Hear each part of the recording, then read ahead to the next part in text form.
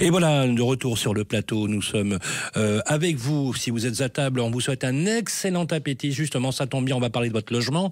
Entre 12 et 13 heures, tous les samedis, on parle IMO sur Sud Radio. Et je rappelle que cette émission, si vous la loupez, par exemple, c'est pas bien de la louper, mais quand même, si vous la loupez, vous allez sur Radio IMO le mardi à midi. On retransmet cette émission. C'est l'occasion d'ailleurs de recevoir notre grand invité. Bonjour Assad El Ayach-Moueb. Bonjour Sylvain. Merci d'être avec nous. Vous êtes président de la Fédération FedExpert. Vous allez répondre à nos questions. Alors bien évidemment, vous allez nous rappeler dans un premier temps que le diagnostic de performance énergétique, il est devenu central dans l'immobilier à tel point qu'on en parle quasiment tous les jours dans les médias. Oui, c'est clair, c'est devenu l'alpha et l'oméga de toute opération immobilière, toute transaction et également projet de rénovation. Alors, les projets de rénovation, c'est aussi la dent creuse. On le voit, on l'a vu avec les bouilloires thermiques, l'inconfort de l'été, où véritablement on a eu des appartements, des maisons où il faisait 40, 42 degrés, voire plus, et le confort d'hiver sur lequel on dépense une fortune à se chauffer, et ça marche pas. Alors justement, ce fameux DPE, diagnostic de performance énergétique, il a considérablement évolué, notamment pour les petites surfaces. Qu'est-ce qui a changé et pourquoi, finalement, ces ajustements étaient nécessaires ? Alors, concernant les petites surfaces, les ajustements étaient nécessaires parce qu'on avait parfois des logements qui étaient isolés, mais injustement classés passoires thermiques. Et la problématique du diagnostiqueur, c'est d'émettre des recommandations dans le DPE de travaux pour gagner plusieurs classes. Ces recommandations-là étaient obligatoires et parfois c'était complètement aberrant de venir surisoler un logement qui l'était déjà ou conseiller le changement du système de chauffage qui était déjà récent et performant pour gagner ces classes. Donc cet ajustement vient en toute logique corriger un biais de calcul qui était incohérent. Alors justement, beaucoup de Français trouvent que ce fameux DPE est compliqué, il est peu lisible. Est-ce qu'il y a aujourd'hui un outil fiable, en fait, concrètement, à quoi on peut se fier aujourd'hui, et est-ce qu'il reste encore des marges d'amélioration ? Alors la marge d'amélioration, je dirais, elle est sur introduire dans le DPE des matériaux qui ne figurent pas encore dans son moteur de calcul. Je pense aux matériaux biosourcés par exemple, parce qu'on encourage lors des travaux à inciter à mettre des matériaux super isolants, performants, etc., mais qui ne sont pas encore très très bien valorisés dans le moteur de calcul. Donc je pense qu'il y a déjà une piste d'amélioration de la fiabilité du logiciel en introduisant ces matériaux qui sont manquants. Il faudrait aussi introduire un confort d'été, un indice de confort d'été qui est fiable. Aujourd'hui, il est très très très léger, ce qui amène un peu de l'instabilité lorsqu'on délivre un rapport DPE. Et s'il est très peu lisible, c'est surtout parce qu'il n'y a pas assez de communication, de pédagogie autour de ce rapport. C'est-à-dire que, comme vous l'avez dit en début d'entretien, on parle énormément du DPE et c'est très bien.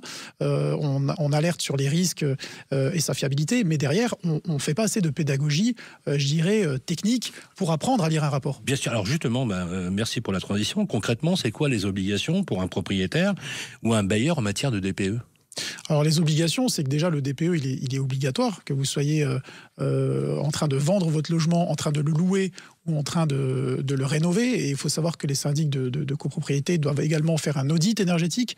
Donc l'audit énergétique est similaire au DPE, mais il va beaucoup plus loin qu'un DPE, c'est-à-dire qu'il doit faire figurer une liste de travaux qui seront chiffrés, alors que le DPE s'arrête à des préconisations de travaux qui sont non chiffrés. Donc tout ça, c'est de la responsabilité du syndic et il doit faire voter un plan pluriannuel de travaux étalé sur 10 ans qui va être voté lors de l'Assemblée. Alors justement, très rapidement, il y a des biens qui sont bloqués à cause de ça, et ça pénalise les Français à trouver un logement. Oui, tout à fait. Il faut se l'avouer. En tant que représentant des diagnostiqueurs, je devrais dire que le DPE, c'est super, etc. Mais il faut parler vrai aux Français, savoir reconnaître certaines choses. Et on reconnaît qu'il est vrai que c'est un des freins. Le DPE est un des freins dans les transactions. Il ralentit les transactions. Et cette crise de confiance contribue à freiner davantage les transactions parce qu'un acheteur, un futur acheteur, lorsqu'il a un DPE entre les mains, il ne sait pas trop s'il est fiable ou pas. Justement, vous restez avec nous, Assad, puisqu'on va continuer à vous poser des questions, puisque c'est vraiment le sujet central du jour. On fait une petite pause et on va se retrouver dans quelques instants. Basile, votre application de recherche immobilière, présente Sud Radio, parlons IMO, midi 13h, Sylvain Lévy-Valency. Eh bien, salut à toutes et à tous. Et si vous passez à table ou si vous êtes déjà à table, on vous souhaite un excellent appétit. On parle de votre logement et on parle vrai sur Sud Radio tous les samedis de 12h à 13h. C'est Parlons Immo, votre émission pour parler de votre logement. On va bien évidemment recevoir et continuer notre entretien avec vous, Assad El Ayache Moueb, le président de la Fédération FedExpert. Merci d'être resté sur le plateau. Et tout à l'heure, on va s'interroger avec vous, Grégoire, sur comment on peut prendre soin de soi, mais aussi de sa maison avec Maison Saine. On va parler de quoi aujourd'hui ? Oui, Sylvain, on parlera des plantes d'intérieur. Est-ce qu'elles sont vraiment utiles pour purifier son air intérieur ? Sud Radio, Parlons Immo, Sylvain Lévy-Valency. Seconde partie de notre entretien avec notre grand invité. Merci à Assad El Ayache Moueb d'être resté sur notre plateau. Le DPE, on en parlait tout à l'heure, a un impact direct sur le marché de l'immobilier. C'est quoi les effets concrets que vous observez sur vos expertises ? Et d'ailleurs, vous avez dit une chose très importante.